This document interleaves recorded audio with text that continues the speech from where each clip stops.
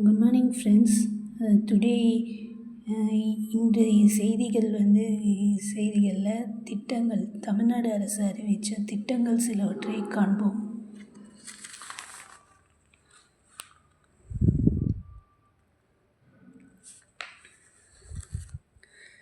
அன்பு கரங்கள் திட்டம். பெற்றோரை இழந்த 10,637 குழந்தைகள் கல்வியை தொடர மாதம் 2,000 ரூபாய். தாயுமானவர் திட்டம். 27.41 லட்சம் மாற்றுத்திறனாளிகள் மற்றும் முதியோர் இல்லங்களுக்கே சென்று ரேஷன் பொருட்கள் வழங்கல். மாற்றுத்திறனாளிகள் பராமரிப்பு தொகை 2,000 ரூபாயாக உயர்வு. 2.59 லட்சம் மாற்றுத்திறனாளிகள் பயன். கலைஞர் கைவினை திட்டம். தமிழ்நாட்டின் பல்வேறு கைவினை கலைஞர்கள் 23,879 பேருக்கு 405 கோடி ரூபாய் கடனுதவி. 83 கோடி ரூபாய் மானியம். இலங்கை தமிழர்களுக்கு வீடுகள். 10,469 வீடுகள் கட்ட அனுமதி. 6,010 வீடுகள் நிறைவு. தொல்குடி திட்டம்.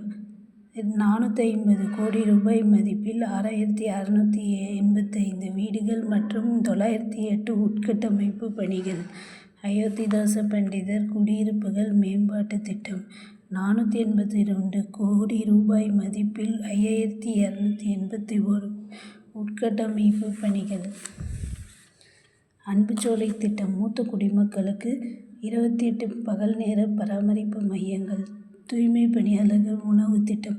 இந்தியாவின் முதல் முறை தினசரி 1,50,000 லட்சம் பணியாளர்கள் பயன். சமூக பாதுகாப்பு. 35.34 லட்சம் நபர்கள் சமூக நலத்திட்டங்களில் பயன்.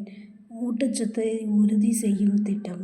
1.83 லட்சம் குழந்தைகள் மற்றும் தாய்மார்களுக்கு ரூபாய் 40.88 கோடி மதிப்பில் சிறப்பு ஊட்டச்சத்து உணவு.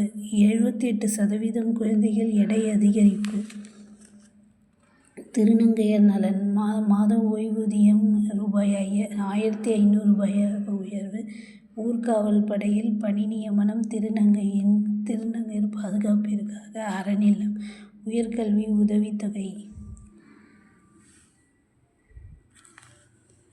நன்றி ஃப்ரெண்ட்ஸ்.